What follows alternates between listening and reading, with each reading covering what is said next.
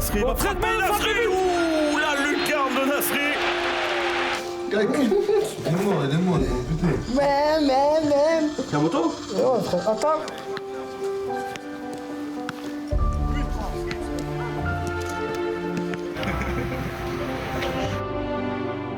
Samir, ton meilleur souvenir de l'Olympique de Marseille? Mon premier match. C'est l'aboutissement de plein de choses, c'est un rêve qui se réalise aussi. Quand on est à Marseille, on vit que pour ce club et de réussir à être pro et jouer son premier match devant sa famille, devant ses amis dans ce stade, c'est la plus belle chose. Pour moi, c'était la plus belle chose en tout cas. Et ton pire souvenir? Mon pire souvenir, c'est la finale de Coupe de France perdue contre Sochaux au penalty. L'année d'avant, on perd contre le PSG. Je suis sur le banc, j'ai pas trop un rôle important. Et c'est le PSG, donc c'est une bonne équipe. Et ça peut arriver de perdre sur un match. Mais Sochaux, on était supérieur à eux. 2-3 semaines avant, on leur met 4-2 à domicile. Et de perdre la finale comme ça, c'est mon plus mauvais souvenir. Alors, l'équipier du vestiaire ici à Marseille, avec lequel ça a matché le mieux? Waouh! Un seul? Allez, 2 si tu veux. Je vais dire 3. 3, allez. Franck, Ribéry. C'est notre pitbull à lui. On voit les chiens. On voit les chiens. Le caviar, le caviar. On voit les chiens. Mamadou Niang.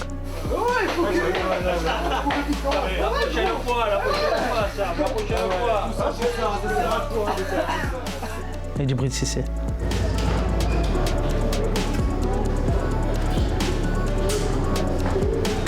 Pourquoi? Je ne sais pas. Mais ouais, on était plus ou moins jeunes, on avait les mêmes délires et sur le terrain, on s'entendait trop bien. Donc en fait, ce qui se passait sur le terrain se passait aussi en dehors et ouais, c'est avec eux que j'avais le meilleur feeling. Avec lequel d'entre eux tu rêverais de rejouer aujourd'hui, par exemple, si c'était possible? Je jouais avec Mamad, on a fait des fives ensemble. Non. Les trois, parce que chacun a des caractéristiques différentes. Avec Franck, techniquement, on s'entendait trop bien. Djibril, j'arrivais à comprendre bien ses appels. Et Mamad, pareil, ça a été un mix des deux. Donc non, c'est trop difficile, mais les trois. Alors, quel est l'Olympien le plus fort avec lequel tu jouais? Franck, parce que déjà, c'était pas le Franck que tout le monde connaît. Kaiser, du Bayern Munich et de l'équipe de France, c'était une surprise quoi. Il était à Metz, il a fait 6 mois, il est parti à Galatasaray, on a perdu un peu de vue et d'un coup on voit ce mec-là arriver et il a surpris tout le monde parce qu'il avait des qualités extraordinaires dans la percussion, dans la vitesse, dans la qualité de passe et en plus c'était quelqu'un qui mettait l'ambiance dans le vestiaire donc il avait tout le package et franchement moi je me suis régalé à jouer avec lui. Donc si je te demande quel était le coéquipier le plus marrant? Il y a Franck, parce qu'il sait que des conneries, c'est des trucs d'enfant quoi, des trucs de gamin, mais voilà, franchement ça faisait bien rire et il mettait l'ambiance. C'est mon frère ça. J'ai parlé immédiatement. J'ai joué ça. Ouais, c'est mon frère aussi. Je l'ai prise et tout. Je crois que j'étais sur moi, je tape des barres. Félicitations frérot. Hein? Voilà? C'est bien passé? Ça fait chelou hein, quand tu te trouves comme ça. Quel était le coéquipier le plus sévère à l'entraînement? Sévère. Moi, je m'entendais bien avec Barthez, mais à certains joueurs, voilà, il y avait une telle différence d'âge que de temps en temps, il ne parlait pas forcément. Et c'était quelqu'un qui poussait des gueulantes de par son passé et tout ce qu'il a accompli dans sa carrière. Il était plus sérieux que tout le monde, quoi. Il était un peu au-dessus de la mêlée. Le joueur le plus fort contre lequel tu aurais joué? Avec le maillot de l'OM. Avec le maillot de l'OM c'est dur parce que je suis tombé sur les 3 zigotos là au milieu de Lyon qui étaient fantastiques. C'était quelque chose du Nino Essien et Mamadou Diarra. Et Meikon aussi, j'avais trouvé très bon à Monaco. Je vais dire les 4 là, ces 4 là. Ouais. Est-ce que tu te souviens d'une colère d'un des coachs que tu as eu ici, mais qui est mémorable Guéret. Tu t'en souviens encore aujourd'hui? Chaque entraîneur a fait des gueulantes, au moins que ce soit clair. Mais Carquefou, à la mi-temps, Eric Guéretz, Karim Ziani, embrouillé dans le vestiaire. Pape Diouf, à son âme, était dans le vestiaire, même lui était choqué de ce qui s'était passé. Donc, ouais, Eric Guéretz, il en poussait dégueulante, mais en fait, c'était un ovni au niveau des entraîneurs parce que après les matchs, on rentrait de déplacement, on venait à la commanderie, réunion dans le vestiaire. Il faisait une autocritique, mais personnalisée sur chaque joueur. Quand tu étais mauvais, il te disait que tu étais mauvais devant tout le vestiaire. Et quand tu étais bon, il te le disait aussi, mais devant tout le vestiaire. Et ouais, Guéretz.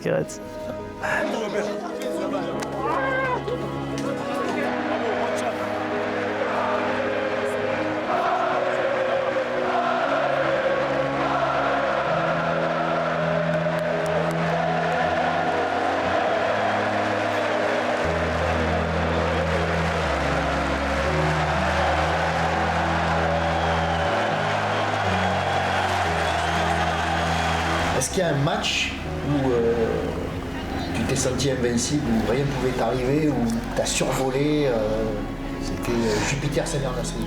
Franchement, la saison 2007 avec Albert Raymond, grâce au club, grâce à Albert et la confiance qu'il m'a donnée, je me suis retrouvé international à 19 ans.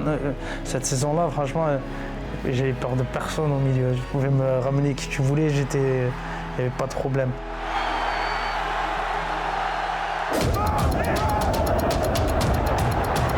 Mais ouais, je pense que la finale de la Coupe de France contre Sochaux, franchement, je fais un sacré match. Je suis dégoûté de l'avoir perdu parce que waouh, ce match-là, j'avais été bon, ce match-là, ouais.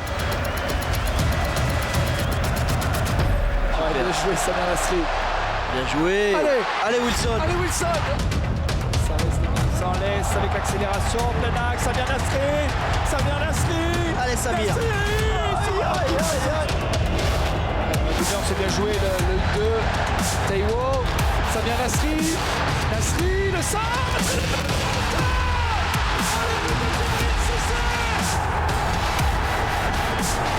Contrôle de Nasri est magnifique. Ah, quel caviar. Quelle passe de Nasri. Samir Nasri. C'est dedans. C'est une égalité pour l'Olympique de Marseille. Il n'a pas tremblé le jeune.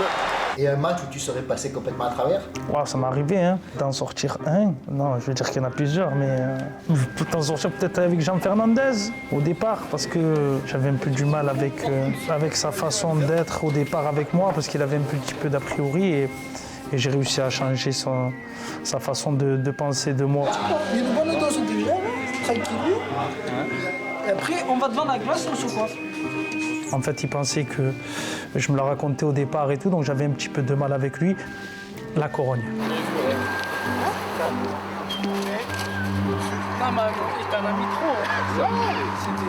C'est obligé, j'allais sortir, tu vois. C'est bon, je passe à travers. La Corogne, il me fait rentrer à la mi-temps. Et je fais une mi-temps, mais une mi-temps dégueulasse. Moi, je veux sortir ce match-là. Un match que tu aimerais rejouer aujourd'hui, en ayant la possibilité de changer le cours du match et d'en changer les émotions? La finale de la Coupe de France. La finale de la Coupe de France, c'est mon plus gros regret de ne pas avoir gagné un trophée ici, dans mon club. Et franchement, je la voyais, je me la voyais soulever. J'ai gagné, hein. J'ai gagné la Première Ligue 2 fois, j'ai gagné la Carling Cup 2 fois aussi. J'ai gagné des trophées, mais gagner un trophée dans le club, dans ton club, dans le club de ton cœur, dans ta ville, et surtout qu'il y avait une longue période de disette, quoi. D'arrêter ça aurait été fantastique. Et ouais, si je pouvais changer le cours de ce match-là, je le ferais. C'est terrible. Le pire des cauchemars, Sébastien. C'est le pire des cauchemars. Pour finir, une anecdote ou un événement ou un fait que tu n'as jamais raconté? Ce match contre la Corogne, en fait, j'ai compris le sens de cette chose-là 3 mois après. On était à la causerie d'avant-match et Jean Fernandez, il écrit son équipe au tableau, mais on ne la voit pas, elle est cachée, et il soulève l'équipe. Et je vois l'équipe et je fais ça. Et j'avais un chewing-gum. En fait, je voyais que Delphine y jouait. J'avais fait toute la préparation et pas manqué de respect à Delphine parce que c'est un joueur que j'apprécie énormément et qui avait énormément de qualité. Mais ça faisait 2 ans, il n'avait pas joué. Et je sortais de ma première saison en professionnel, que j'avais fait une bonne saison, j'avais fait une belle préparation aussi. Et c'est un match, voilà, c'était la Couronne. La Couronne à l'époque, c'était une belle équipe, même si on est en intertoto, j'ai envie de jouer, c'est un match européen. Et je suis sur le banc et je fais la tête et il me dit jette ton chewing-gum. Je le regarde, je lui dis non. J'ai le droit de mâcher un chewing-gum, je suis pas à l'école, j'ai pas 8 ans. Et il insiste, il me dit tant que tu jettes pas ton chewing-gum, je fais pas la causerie. Et je dis non. Et il y avait Franck et Mamad justement. Et qui l'avait eu, il me dit non frérot, jette ton chewing-gum, vas-y, on s'en fout, tout ça et tout, vas-y, laisse tomber lui, tu vas rentrer dans un débat avec lui, il lâchera pas, tout ça et tout. Et franchement, ce moment-là, je me suis senti. Je me suis senti mal. J'ai levé le chewing-gum et j'avais la haine, la vérité. Déjà, je suis sur le banc, je joue pas, en plus, tu me fais ça devant tout le monde et tout, et on joue. Et en fait, je rentre à la mi-temps et je suis mauvais en plus. Et le lendemain, il me convoque dans son bureau, il me gueule dessus et tout. Je le laisse et je dis rien, je dis vas-y, baisse la tête, t'es jeune, travaille, montre-lui. Et 3 mois après, il est venu, il m'a dit je m'excuse, je m'excuse et tout. Je pensais en fait que, comme je t'ai vu avec la teinture et tout, et que j'entendais des choses quand j'étais l'année dernière, je pensais en fait que t'étais arrogant, tu te l'as raconté et tout, mais en fait, t'es pas comme ça. Et je tiens à m'excuser pour de la façon dont j'ai été avec toi. Et j'ai dit non, j'accepte, au contraire. Vous m'avez appris beaucoup de choses sur un comportement d'un professionnel et de faire les choses. Et au final, on a gardé un vrai respect l'un envers l'autre. Et j'apprécie énormément cet homme-là. Et moi, non, ça s'est jamais su, mais c'est une anecdote qui s'est passée à Marseille. Après, bon, il y a plein d'autres choses qui se sont passées. Mais celle-là, je m'étais vraiment mal senti après cette causerie. Merci Samir. De rien. Merci, frère. C'est le métier, ça aussi. Ouais, ça.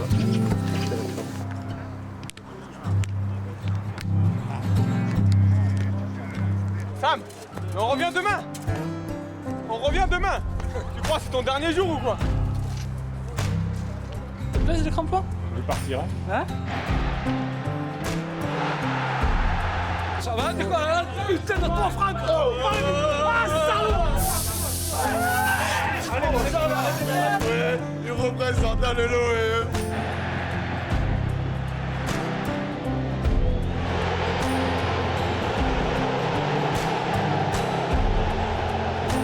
Quand j'ai mis mon pied, j'ai vu que j'étais court. J'ai dit, mets la pointe, t'as vu, on va la perdre. Ah, j'ai vu ton sourire, ce qu'on a vu. Quand j'ai fait Chico, t'as souri parce que ça, il y avait une fuite déjà. Il a mis tout le monde, il a résumé.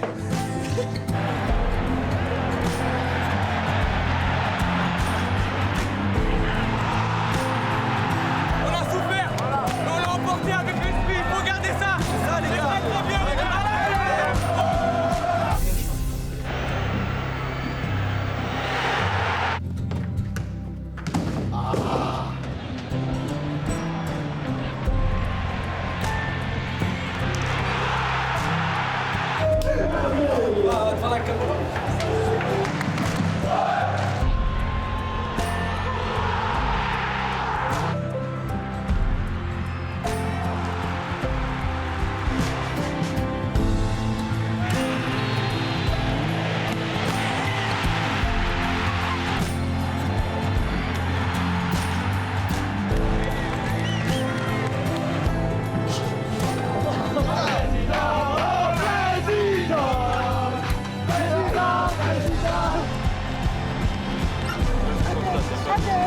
Téléfoot avec Samir Nasri qui nous a rejoint. Bonjour Samir. Bonjour. Alors que ça chambre derrière, ça y va.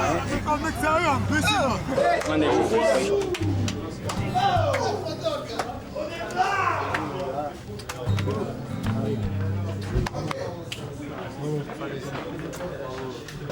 Ça fait 11 ans, frère, pas loin. Non, Olivier, 11 ans. Ça fait 11 ans que t'es là-bas? Ouais, mais c'est pas pareil quand tu n'as pas vu. Je suis arrivé à 9 ans. Ouais, 9 ans. Tu n'es pas encore abonné à la chaîne YouTube de l'OM? T'as juste à cliquer ici et activer la cloche.